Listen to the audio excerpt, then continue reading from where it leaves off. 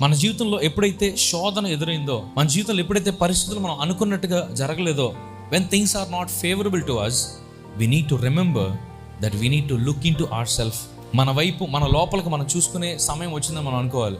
ఎప్పుడైతే నీ జీవితం మీదకి ఒక భయంకరమైన శోధన వచ్చినప్పుడు దేవుని సన్నిధిలో మోకరించి ఎందుకు చేసావయ్యా ఇది, ఎందుకు చేసావు అని వారికి కాదు, కానీ ప్రభువా నా జీవితంలో నీకు కోపం తెప్పించే పని నేను ఏదైనా చేశానా, అందుకే నేను ఈ శోధన ఎదుర్కొంటున్నాను. నా జీవితంలో ఒకవేళ నీకు వ్యతిరేకంగా నేనేమన్నా తప్పు చేశానా, లేదా నా కుటుంబంలో ఏదన్నా, నా బిడ్డ, నా భార్య, లేదంటే ఇంకెవరైనా నీకు వ్యతిరేకంగా వారు పాపం చేశారా? ఒకవేళ ఈ శోధన ద్వారా మా జీవితంలో ఏదైనా సరిచేయాలని ఆశపడుతున్నావా? ఎప్పుడైనా ఏదైనా పొరపాటు జరిగినప్పుడు ఎప్పుడు మన వేలు ఎదురువేరు వైపే ఉంటుంది. నువ్వే చేసావు, నీ వల్ల ఇదైంది, నీ వల్ల ఇదైంది, నీ వల్ల ఇదైంది. ఇంట్లో ఒకరికొకళ్ళు వేలు చూపించుకుంటుంటారు. కానీ దేవుడు అంటున్నాడు, మీ జీవితంలో ఏదైనా ఒక తప్పు జరిగినప్పుడు ఆ వేలు మన వైపు తిరగాలి. You need to look at your self. If I have done something wrong, నేను ఏదైనా తప్పు చేశానా, నేదైనా పొరపాటు చేశానా, మనలోకి మనం చూడటం ప్రారంభించాలంట.